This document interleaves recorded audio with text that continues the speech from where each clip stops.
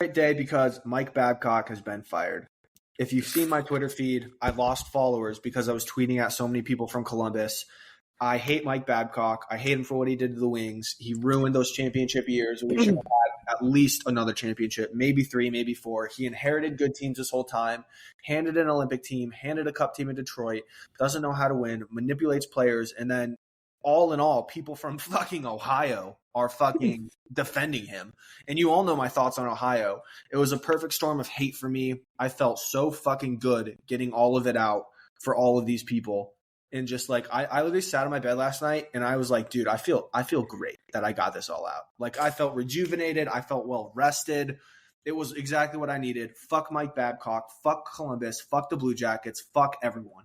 Man, you know what, Pants? I'm happy to hear that for you, brother. I can tell you're very, very like passionate about this. And you know what? I can't lie.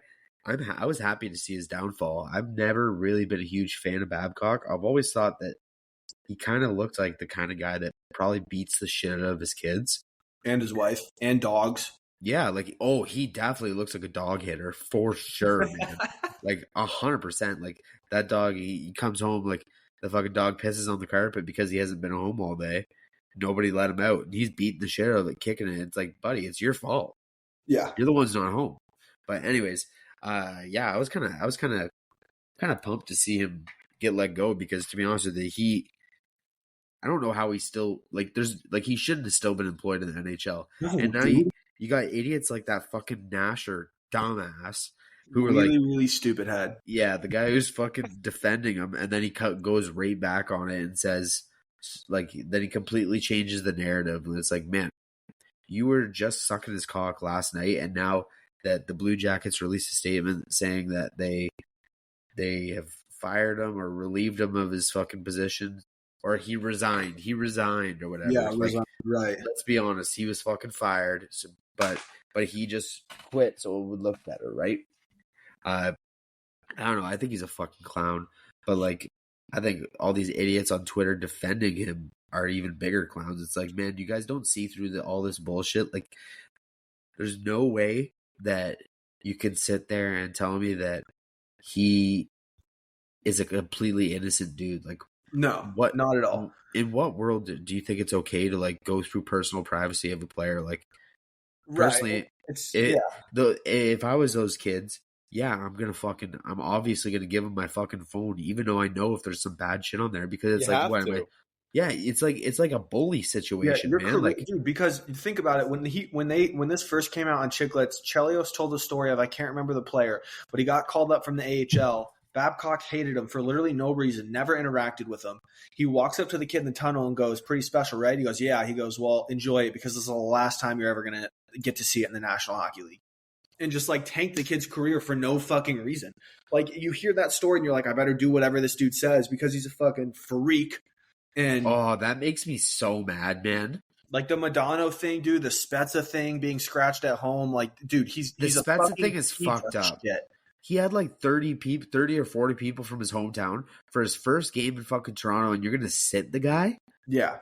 For a home opener? What are you doing? Why would you do that? Yeah. Like, seriously, why? Like, where does it, like, I feel like he's like a sadistic fuck where it's like he gets off to that kind of shit. You know what I mean? He literally has to. I mean, I wonder what he did. I mean, he was definitely looking for horn picks and sending them to himself. Yeah, or he's looking for like. Dude, if I heard that he's going through phones, I would have put the most fucked up shit on there and just been like, "Yeah, here you go, go wild."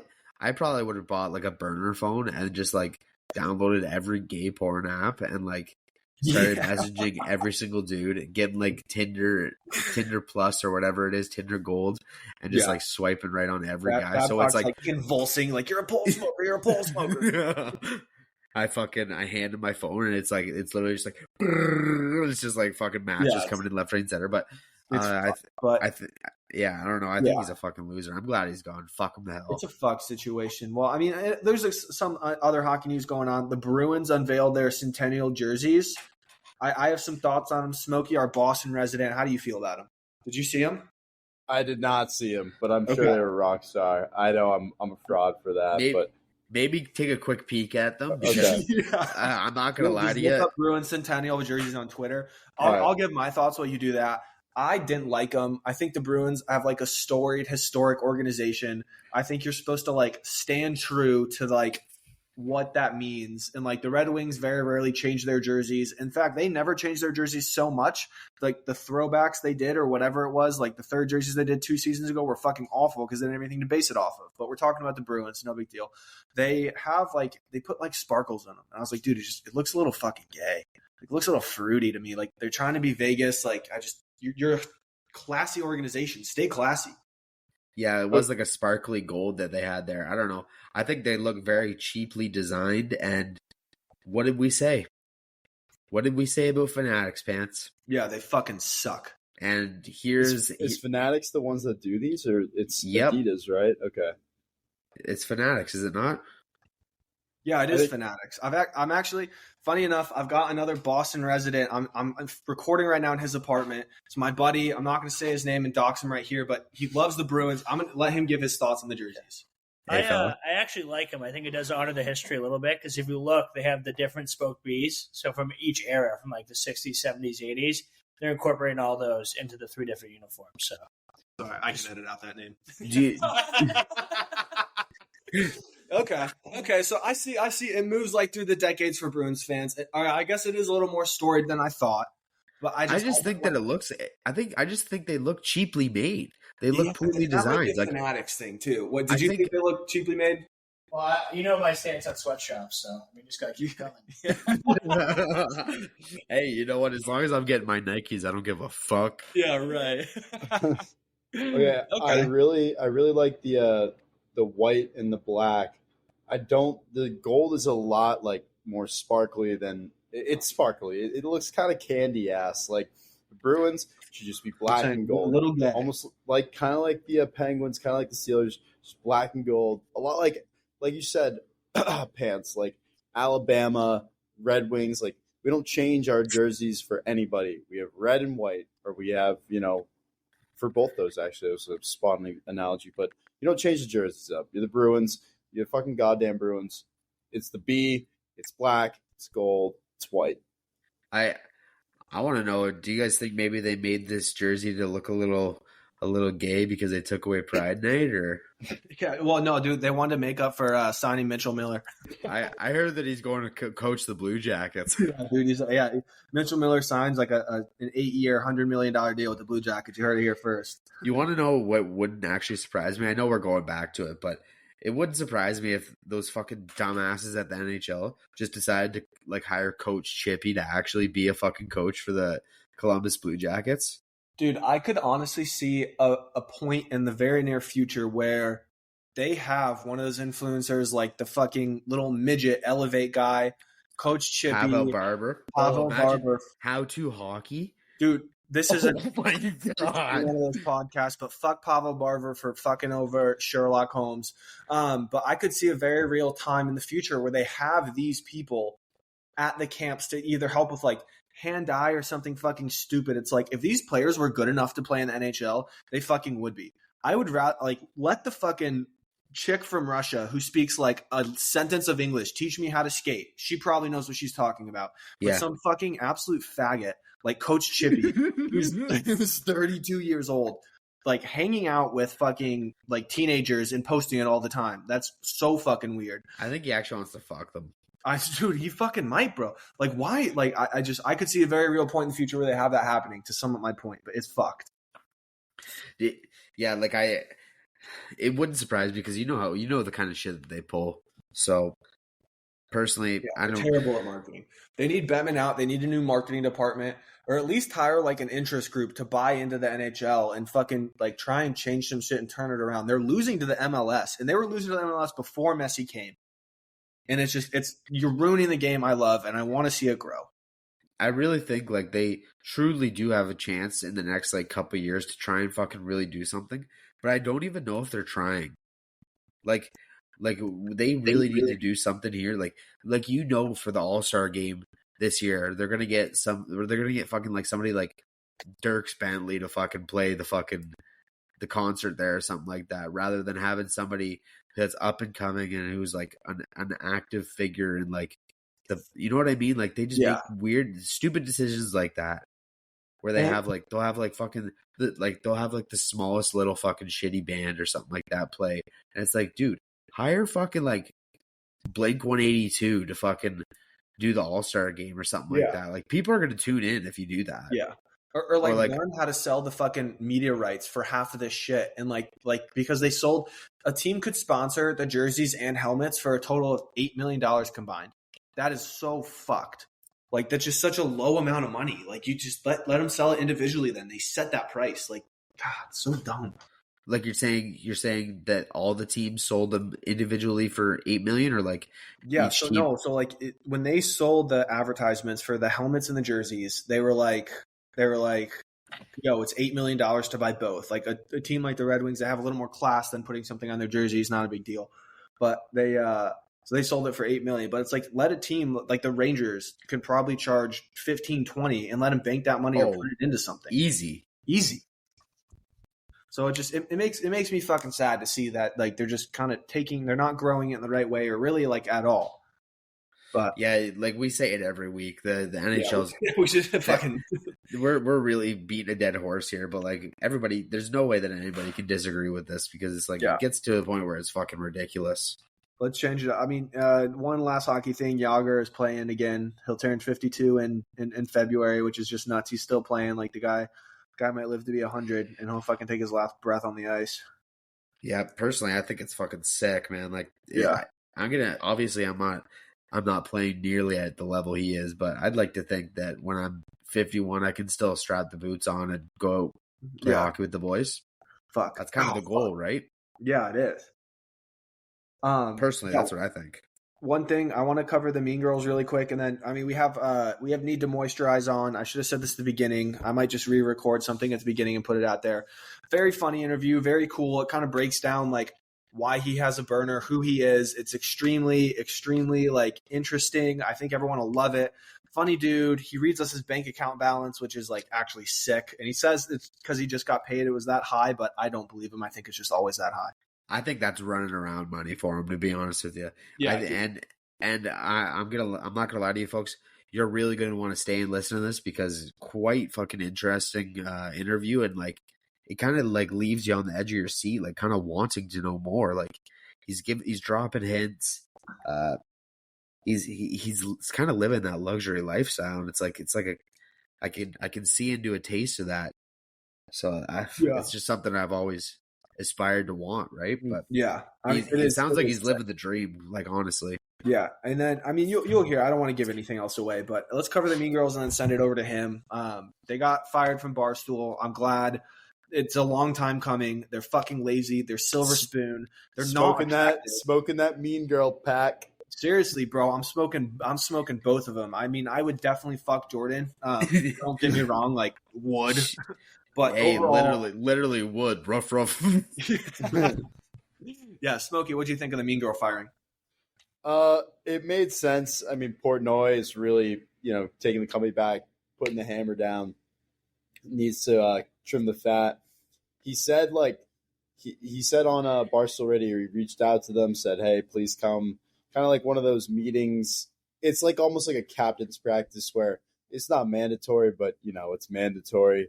And they just ghosted him, and he said, "You guys are gone." I mean, their Twitter clips. I mean, like social media clips are so subjective, I know, but you're allocating resources to tweets where people that we interact with are ratioing them every single time, like without question, without has fail. A tenth of the followers they do. And he literally was just like bending them over every single time they tweeted, like every single time. It's just bringing up cap space for the Burn After Listening podcast. Yeah. He's fucking like, at some point you got to be like, if I was like one of those chicks, it's like, man, like, what are we doing here? Seriously, like, we're getting fucking shit on every fucking, like, they say no publicity is bad publicity, but I think when constantly, every time you're posting something, someone's jumping down your fucking throat, calling you two dumb broads. Yeah. Personally, I think it'd be pretty tough. Like, that'd be tough too. But you know what? Maybe don't be such fucking dumb bitches then. Like, That's not my fault. Like, No, Thankfully- truly. it's not anyone's fault except for themselves. They're just I just call it like I see it. That's the kind of guy I am. yeah. Thankfully, we don't have that problem at Burn after listening. Our fans love thank us God and everything adore we us. produce, everyone listens to and loves. And second, no, I'm not pocket watching, but this is the second bag in a row Alex Bennett has fumbled. Broke up with the son of the owner of the Oklahoma City Thunder. So Like broke off their engagement or something like that, and then not now, to play devil's advocate, Smokey, but his family is the richest in Oklahoma, and hers is the second richest in Oklahoma. It's like really, yeah, so they grew up knowing each other. So it was like, I mean, she looks like she's from Oklahoma. Like, it's fucking. So she's fine on money. Unfortunately, I wish she was on the street. Do you guys think it was a arranged marriage kind of deal then? Like almost like where it's like they're trying to make a family, like dude, a super power family. I mean, what her parents probably traded her for like fucking two cows, maybe like a gallon of raw milk. Yeah, she looks like a gallon of raw milk. I'll tell you that. She's not too easy on the eyes. Mean Girl of Thrones, dude. Yeah, she looks like she fucking has armpit hair. I'm not gonna lie to you. No. Yeah. Okay. An Oklahoma 10 is a Chicago blank. Are you asking me? An Oklahoma 10 is probably Chicago like 4. Walking down the street, I was walking down the street today with my buddy who you guys just heard. I've never heard that amount of titties, or never seen that amount of titties like ever, just like bouncing everywhere. It was sick. Dude, if you're hearing titties, then you're in the right spot, my friend. I think I might need to make a trip down. I'm pitching a tent right now. Oh shit!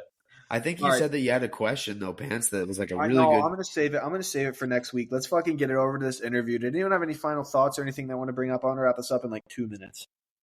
I think that's got to be it for me, folks. Yeah. Just shout out the blog. Guys have been crushing it. Really. Yeah, everyone go fucking read our goddamn blogs. If you have a second in between your workday, just trying to kill some time, keep a blog. Oh, I do have one more thing. Yeah, or if you want to write a blog, write one. Anyone can write one. I've had to deny 3 because of obvious fucking reasons. Like, don't do anything like stupid. I'm trying to bring it to advertisers, but like anything you want to write. I just want to advertise the Burner Meetup November 4th, 2023 in Detroit, Michigan. Dirty Mike confirmed. Denaldi, Chris Krusty. I believe Drunk Yotes is interested now. Mm-hmm. We got Magnum trying to get. Yeah, that's what I meant to say. Magnum's trying to get some things in order so that he knows the logistics for before and after parties, I believe. Yeah, Sherlock, Mike Richards action potentially. So, I mean, fellas, you don't have to buy glass seats to go to the game. Like, yeah, dude, I'm buying the cheapest ticket with the most amount of space, so everyone can sit around me. Yeah, even like though I'm 6'5" and it's gonna hurt, but for amazing people, I'm just gonna double sit with Pants. I might sit on his lap. We might share one of the hot dogs. Like it's like fucking Smokey. Can we entice you there? Maybe potential. I can't, boys. I can't. I'm still trying to be studious. No. Wait, Smokey. We need the clip. Just say yes. Yeah, I'm gonna be there. Smokey, yeah, dude, Smokey, are you gonna? You maybe you can make it potentially. Of course, we're doing a Jeeves with Smokey McPot. It's limited time offer. You just bring bring the weed. Unlimited. I'll bring like a Gatorade bottle and like a cup, and we'll just do mad Jeeves. Yep, unlimited weed if you bring it to Smokey. And I can roll it, fellas. And then we'll smoke, and then you'll be like, "Oh, we're going out," and I'll just like probably hang out, watch The Wolf of Wall Street, just green out. All right. Yeah. All right. We're sending it over to Sticky Bandit. Need to moisturize. Great interview. I hope everyone likes it. We'll fucking see y'all next week. Thank you. Love you, folks. Fuck what I'm saying. All right, we would like to welcome on a very special guest on the Burn After Listening podcast. You may have seen him on Twitter. He is the richest burner confirmed, several Ferraris, several watches, the one, the only Sticky Bandit, a.k.a. Need to Moisturize. How are you, sir? Thanks for joining us. Oh, it's great to have you. Thanks for having me, guys. It's a pleasure to be here. Yeah, absolutely. Well, I know we've wanted to get you on for a while, mainly to discuss your net worth. But before we kind of get into that kind of stuff, I want to know, like, how did you find the Burnerverse? Was it through Wet Jeans? Did you have a friend that had a burner account? Well, I was kind of the first one to hop on really the burners in my friend group. I still have a couple of my buddies who I played hockey with that live in the States who have kind of strung me along, and that's how I kind of fell into the Burnerverse through usually looking at the Wet Jeans podcast tweets and some of the Mhm. funny responses that you boys have put in there. But it was honestly by luck. I kind of made it just so I could comment my hockey takes as a Lightning fan without getting shit on my main. So, Mhm.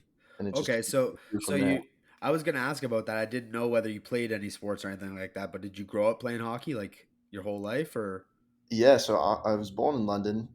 So I obviously was not. wondering, there is an accent there. I was Yeah. So I was born in London, lived there about 8 years, and I've lived in the States since. So you'll see, I've kind of tried to ditch the British accent, but it's tough when you're in a British household to get rid of it. Mhm. But yeah, I grew up playing a bit of hockey. Started around age 7, and then when my family made the move over here to New York, obviously a lot more hockey around there. I started playing, local AA kind of at first, and then eventually AAA. Played pretty high level. I'll spare some details just for safety reasons, Yeah, but of course. I ended up playing at the college level too, and NCAA.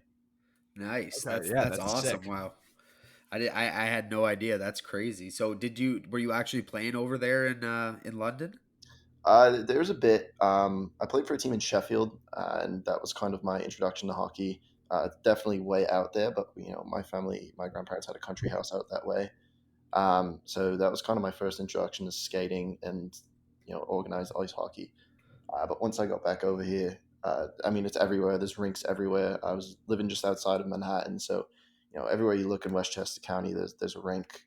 So it made it a lot easier once I got over here, and I really just fell in love with the sport. That's awesome. I was so are you currently living in New York then? I'm splitting my time. I go to uni on the East Coast, but I live in. I spend most of my time in New York. It's closer to school. But I also spent some time in Miami. I was just down there. Currently in LA, we've spent some time in LA too, just through my father's work. So Just hopping on the jet, just Yeah, going just different fucking places, eh? flying everywhere. I do. Yeah, I'm heading back to school tonight actually. So, but Eh, from home?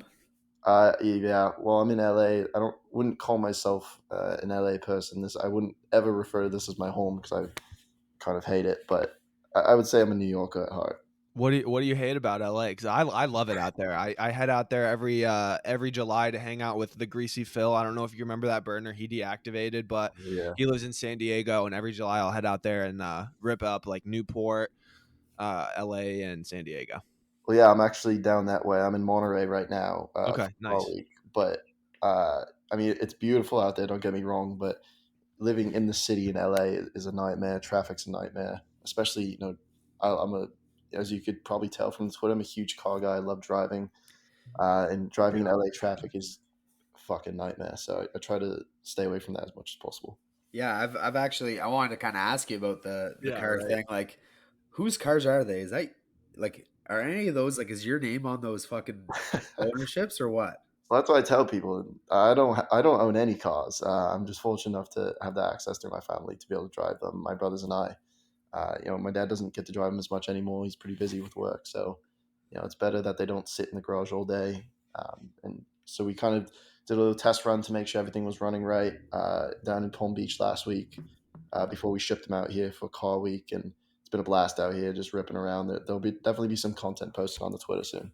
Beautiful. That's So sick. there's like a big car week down in California then this week Yeah, or it's here in Pebble Beach. That's actually where I'm at right now. I'm right up next to the Pebble Beach golf course. It's pretty mad. Basically, every big time manufacturer, your Bugattis, your Paganis, Lamborghinis, this is kind of their event where they reveal some new cars to some pretty special clients who they all fly in. But it's cool. I mean, probably some not high every day level you're walking folks down the there, eh? street. Yeah, it's ridiculous. Just driving down.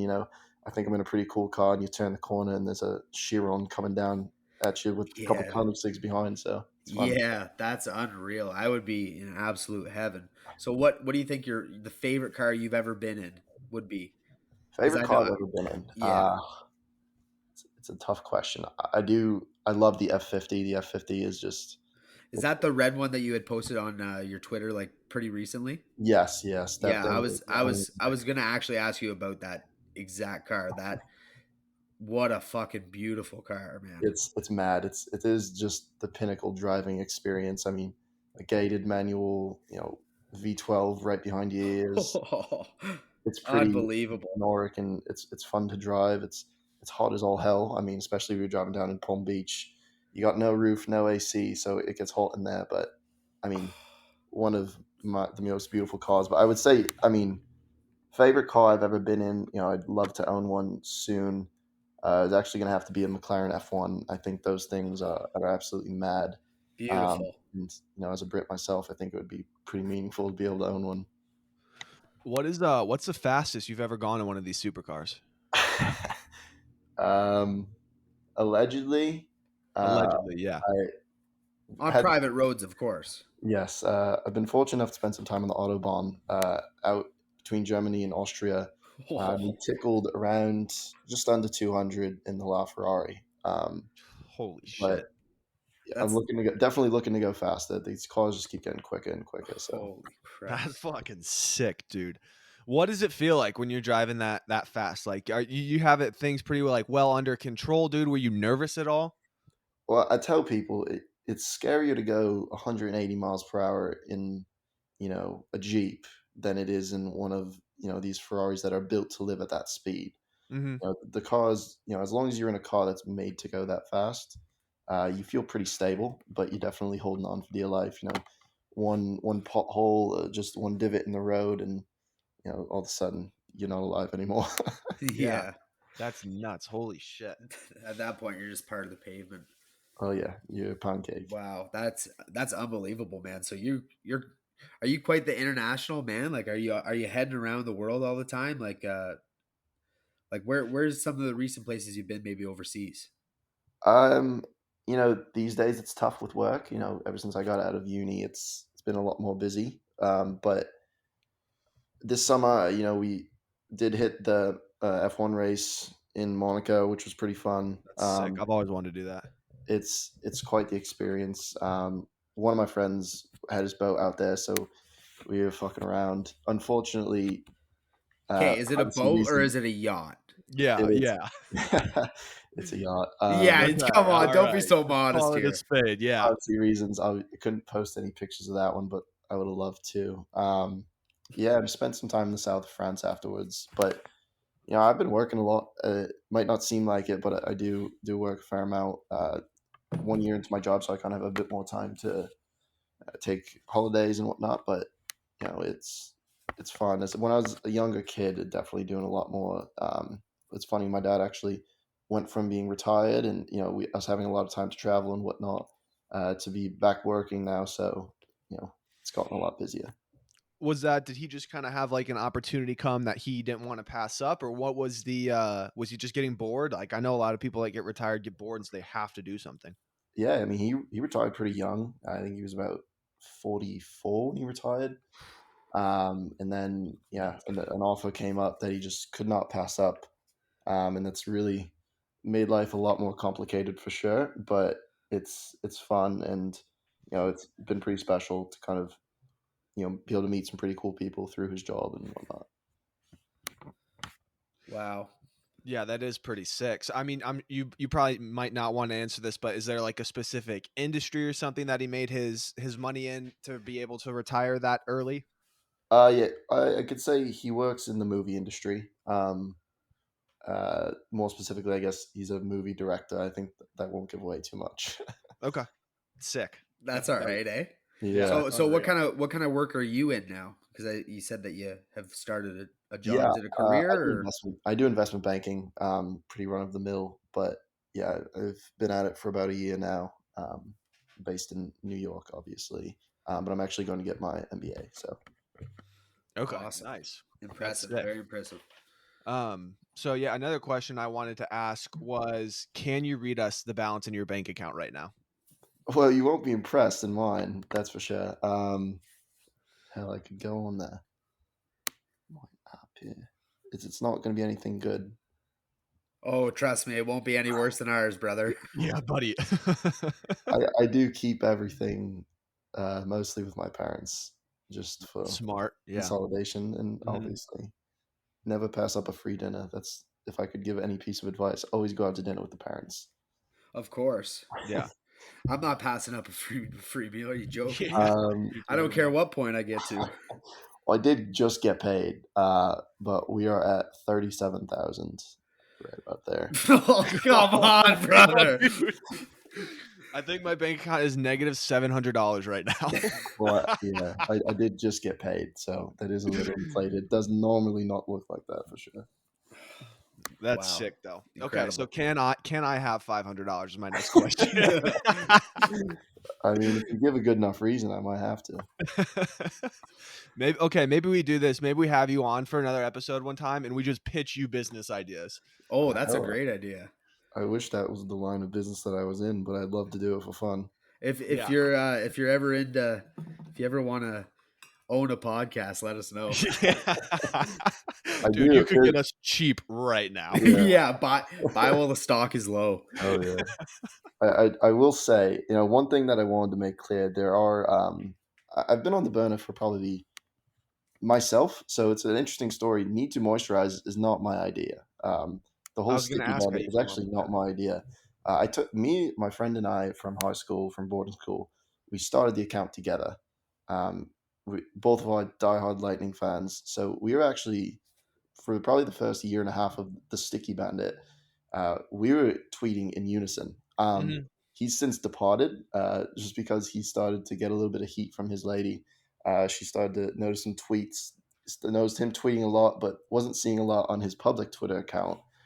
So she got suspicious. So I have been the sole Sticky Bandit for probably only 9 or 10 months. But I have also been pretty active before then. I was doing most of the tweeting, so I am very much tuned in with the Burniverse. But I cannot take credit for the name. I think it's fantastic, and I wish I could have thought of it. Yeah, dude. That was one of my questions too. Like, how did you come up with that name? The personality, the profile picture too is fucking hilarious. Well, we were watching what is it? The Home Alone movie, and then the two robbers, they call themselves the Sticky Bandits. And okay. So we that was the night we happened to be. It was it was around Christmas when we met, or maybe it was November. We started watching Christmas movies. And it was literally, we were making the burner because we had to tweet something about fucking John Cooper being a dumbass. Yeah. And we were like, what the hell do we name it? And he's like, well, we're the third Sticky Bandit. So it kind of just fell into the lap there. I need to moisturize. I have absolutely no idea. I got to ask him. That's hilarious. It's so funny to see like how people come up with like different names. Like obviously like WARIO, he's got like he looks like WARIO a little bit. I ended up being Burner. And then like you have people like your Herme too, and then like all the Coke ones too, like Ilya Kovalchuk, Jesperi Kokoniemi. Like it's nuts to see and kind of hear those stories. So that's crazy. Is that one of your favorite movies, or is it just something you were watching at the time and you guys got the idea from that and decided to run with it? It's a good Christmas movie, but definitely not one of my favorites. I'm a big Scorsese movie nut. I had the pleasure to meet Martin quite a few times over the years. One of a close friend of my father's. So that's all right. I'm a bit of a homer, but I do love his movies. Wow, incredible. What do you think? What would you say your favorite movie is? I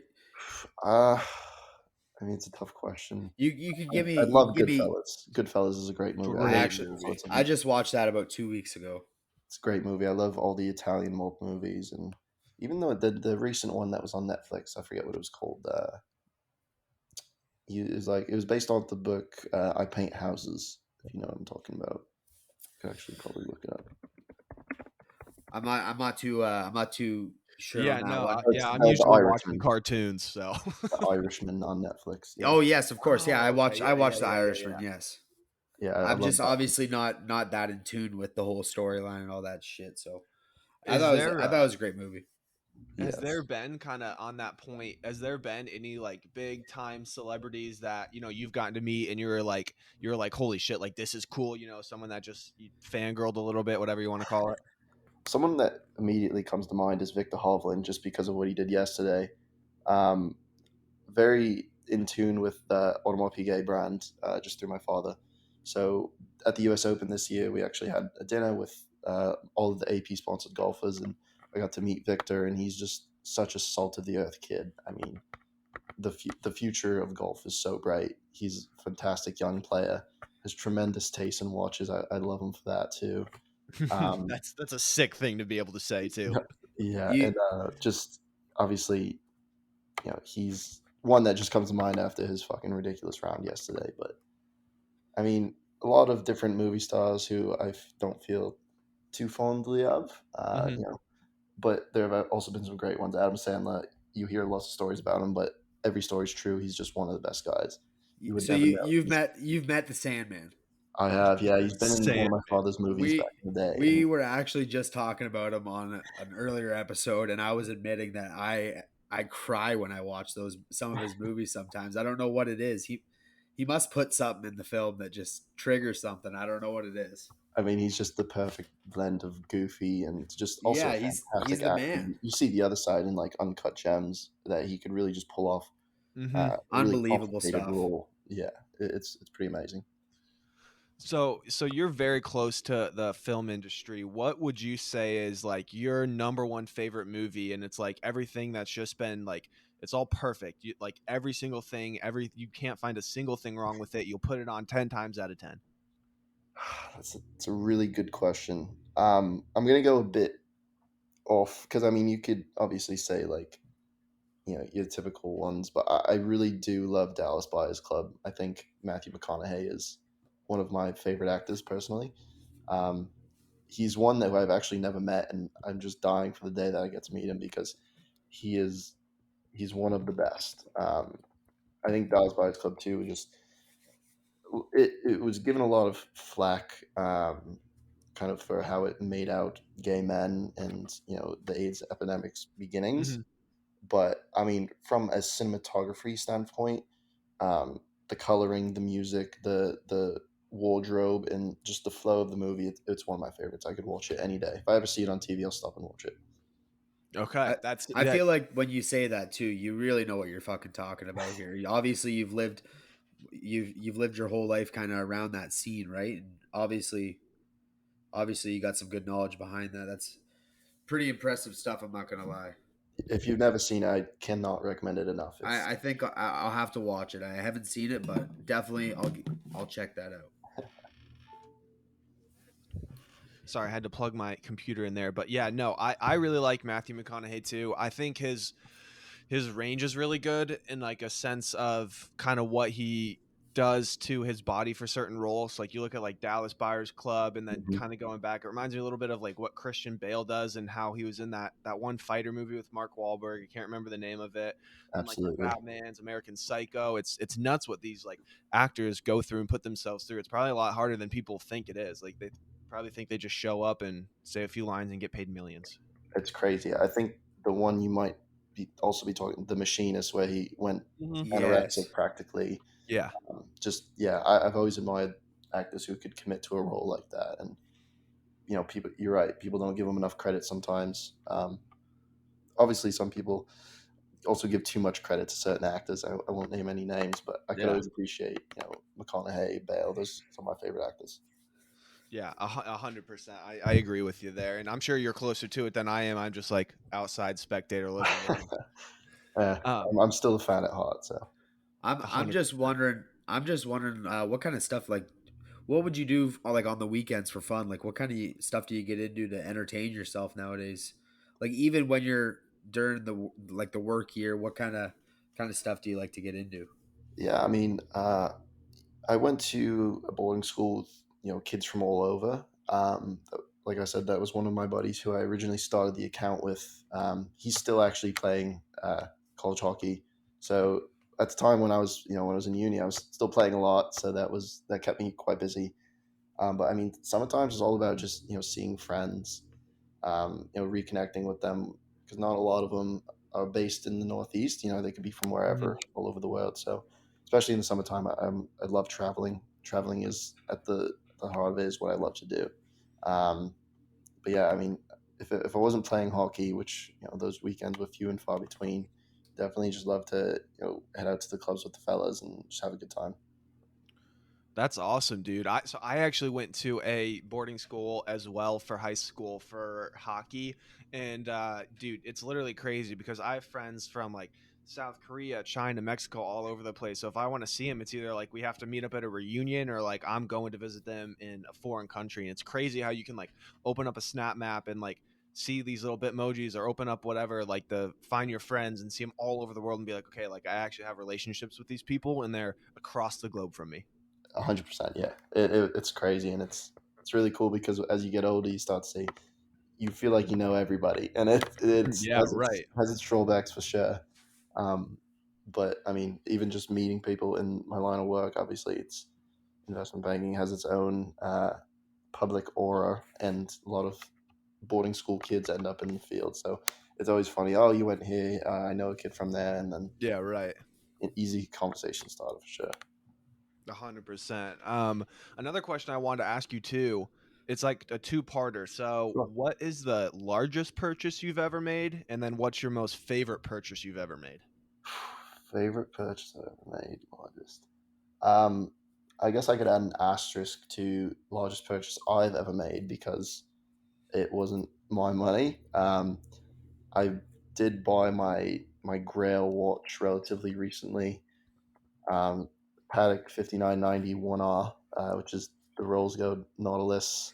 Holy fuck! Millimeter, with the blue dial. That was kind of something I've always wanted. Did you post that on the Twitter? Because I saw somebody with a watch like that. If I might be, Yeah, that was a different one. That is a 5990, but bit of a different watch. It is a Nautilus. I love that thing.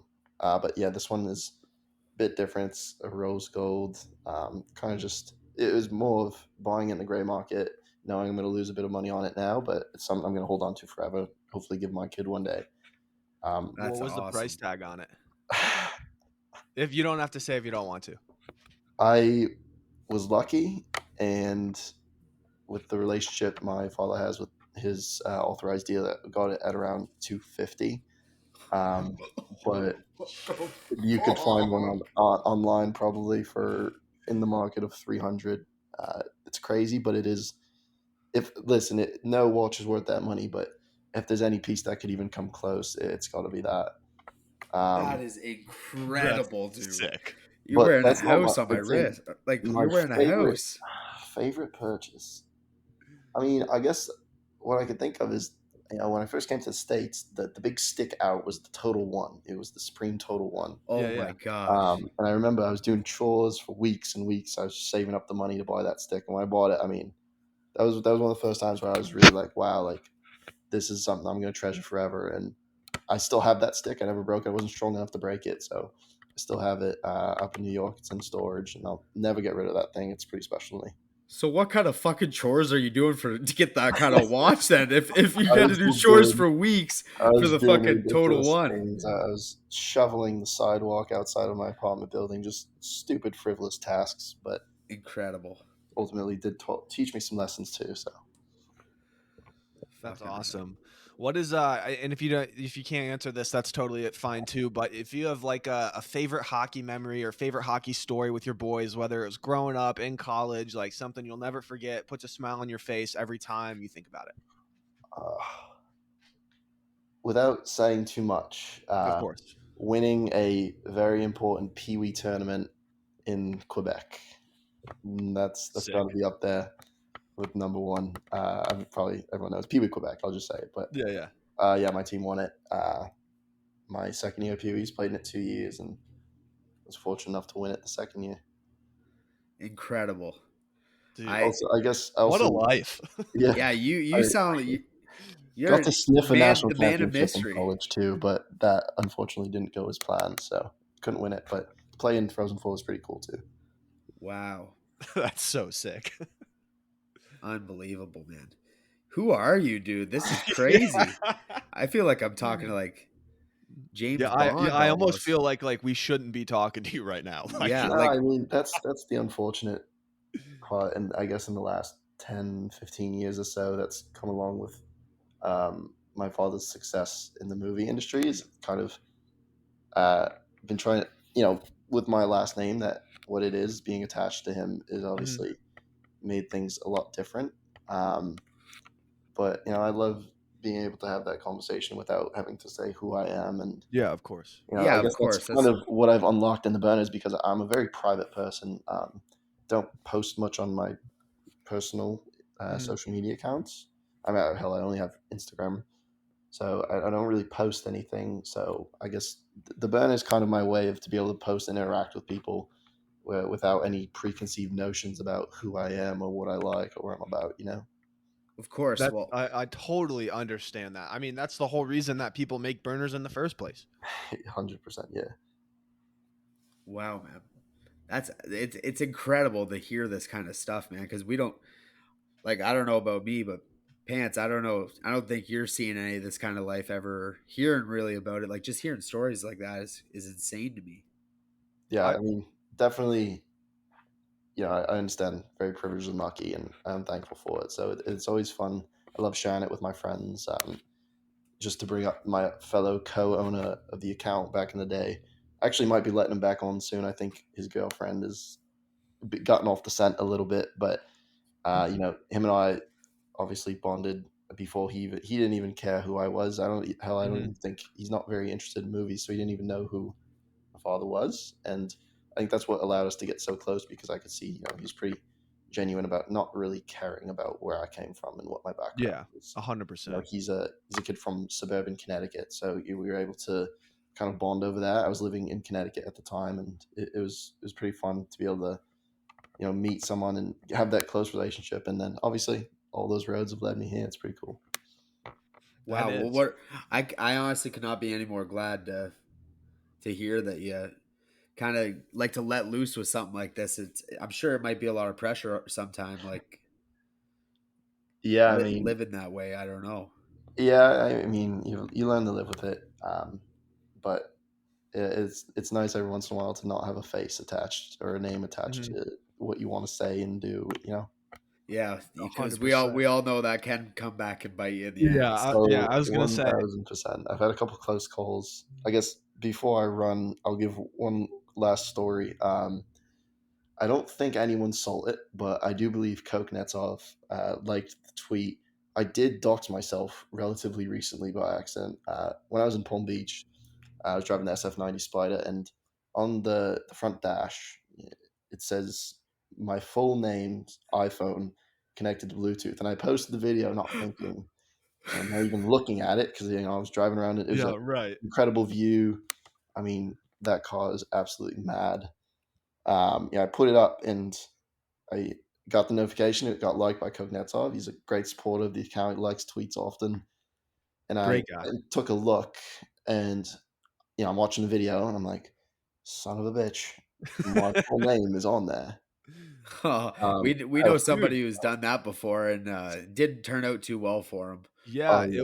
we was like a hockey. They were getting into it with hockey Twitter, and then Brendan Lepsick, they were going through his media tab, and he had like did the exact same thing, and he goes, "Oh, I took this in my buddy's car." Christ. Yeah, that was a little. I did shit my pants. Thought about DMing him and asking if he saw anything, but you know what? Kognetsov, it's a little secret for him and I if he did see it. That's amazing. Yeah, that's fucking sick, dude. Well, hey, man, I know you have a flight to catch. I really appreciate you coming on. It's been great getting to know you. Now, anytime we ask you to come on again, you have to come on. Those are the rules. That's how it works. Just reach out anytime you need anything, man. I'm glad you love the Burnerverse and that it's providing this this kind of safe space for you, dude. That's awesome. Yeah, thank you guys so much for having me on. It's been a pleasure, and look forward to getting back on soon. Hey, before you go, it'd be sweet to get a follow back here, brother. That's Just been icing me. Oh, I'm sorry, brother. I'll get you after. All right, brother. No hard feelings. It's all right. I'm sure you're a busy man. I'll go do it. I'll do it right now. All right, man. All right. Thank you very much for coming on. We really appreciate it. Yeah, Yeah, of course, thanks, man. Thank you.